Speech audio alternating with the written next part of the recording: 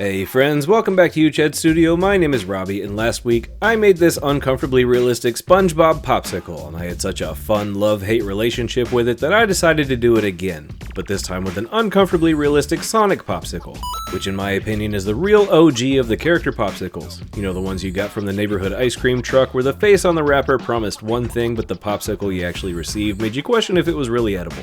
Because the gumball eyes were usually misplaced and hanging on for dear life, and somehow the ice cream always looked both melted and frozen at the same time, but they were still pretty tasty. Now, even though I enjoyed making the SpongeBob popsicle, it kind of went off the rails and it ended up looking more like an uncomfortably realistic SpongeBob on a stick rather than the popsicle that inspired it. So I decided to give it another go, and I figured Sonic would be the perfect candidate because the shape is so iconic. The spiked silhouette is instantly recognizable to anyone who's had the pleasure of a visit from the ice cream man on a hot summer day. So as long as I don't completely ruin it, this should actually look like what it's supposed to be, which, based on my track record, is a pretty big if, but let's give it a shot. Now, as we're turning a flat object into a 3D character while giving it way more detail than is necessary. Like way more. The first step is to take the flat Sonic face and make it not flat.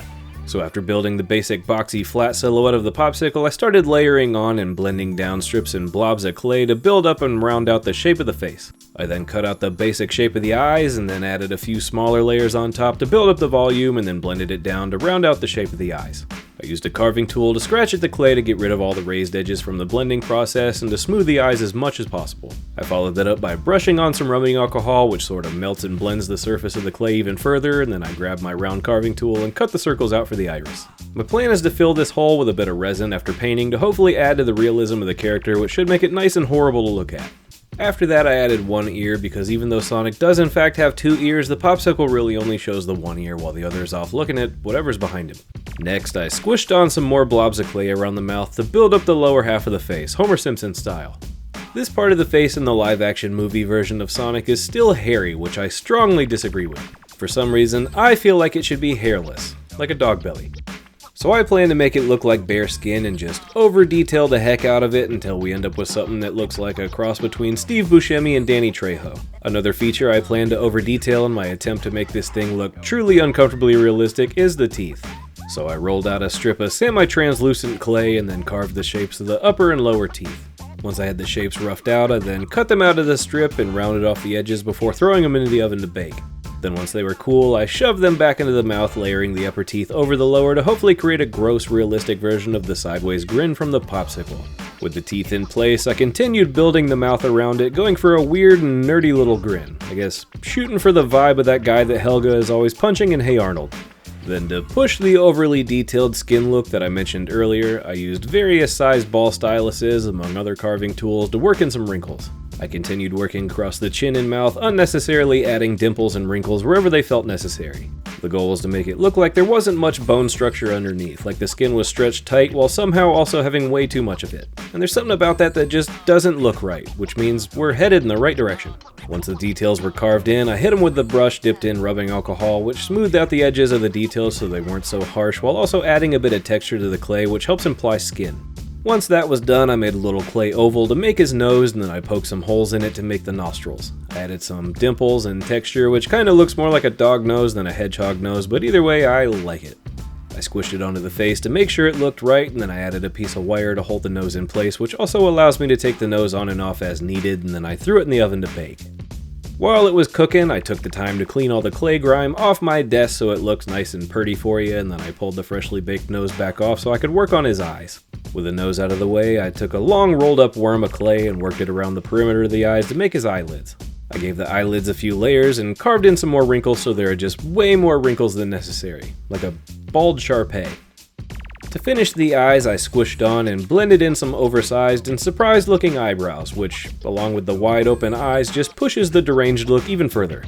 Finally, all it needed was some texture, so I took some liquid Sculpey and dabbed it all over the white clay areas with a brush and a sponge, which will hopefully give us some high points to try to make it look like the texture these popsicles always had, either due to freezer burn, or melting and sticking to the package, or slowly dying inside because it had been sitting in the back of that ice cream truck freezer for years. Either way, I threw it in the oven to bake one final time and then gave the whole thing a basic gray base coat. Once the base coat was dry, I then hit it again with the airbrush to add the white to the eyes. I directed the paint towards the middle of the eye to feather the edges of the white to allow the gray base coat to show through, which should give us some shadow to the eye instead of making it one flat color. I then mixed up some pink to give a soft base coat to all the pink areas before using a thin brush to lightly scratch in some veins into the eyes to really just go all out with the idea that this Sonic Popsicle has seen better days, as if he's been stuck in the back of Brady Hartsfield's ice cream truck. Then I brushed in some thinned out layers of green into the iris to give a bit more color variation to the parts of the eye that I just don't remember the name of. Yes, I did go to art school, and yes, we did learn some about anatomy, but the problem with teaching the more boring subjects to a bunch of artists is we tend to doodle, and when you've got a good sketch going, the rest of the world just goes dark. I continued painting all the little details into all the little wrinkles around the eyes and the lips before I realized it would just be easier to give the whole area a dark wash to use as an underlayer to build off of. So I brushed on the base coat of the skin fast and loose to allow the gray to show through to create more color variation, and then I did the same with the blue base coat by dabbing on the paint with psychotic stabbing motions rather than brushing it on with normal people brush strokes. But once I got to adding the midtones, I resumed normal people brush strokes and targeted the high points with a slightly lighter blue because I want the blue area to look more like a cold and slightly freezer burnt ice cream while the face looks more human and gross. Reason why? Yeah, I don't know, it just sounded good, and that's pretty much the base for all of my concepts. Anyway, I started bringing out the midtones on the skin with a form of dry brushing, which means I just applied a very light amount of paint to the brush, and then I dabbed away the excess so the brush just has the smallest amount of paint on it. And then with a light hand, I dragged the brush over the high points. There's enough color on the brush to cover those high points, but not enough to spread and flow into the recesses. This is why I used the liquid Sculpey to apply more texture during the sculpting phase, because dry brushing is a lot faster and easier than going in and intentionally painting in a lot of detail to imply the same texture, so basically past me did future me a solid to allow for lazy painting.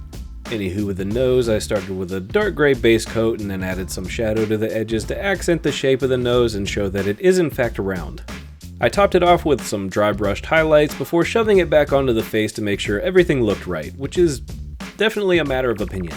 I decided this popsicle needed some drip, so to make it look like the icy freezer burnt outer layer is melting, I globbed on some UV resin and then cured it as it dripped. I then removed the nose once again so I could apply resin into the eyes, and then I panicked because I added way too much and it went everywhere, but you didn't see that, so we're gonna pretend like it never happened and act like I know exactly what I'm doing.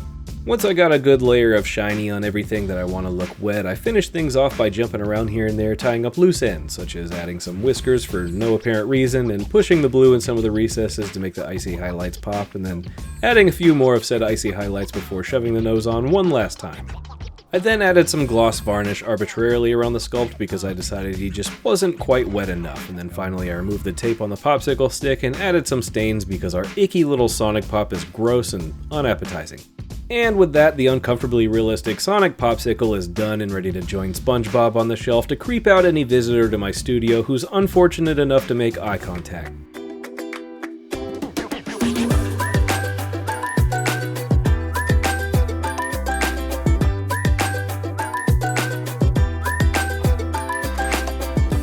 As always, I hope you enjoyed this weird little creation. I like it. It makes me uncomfy.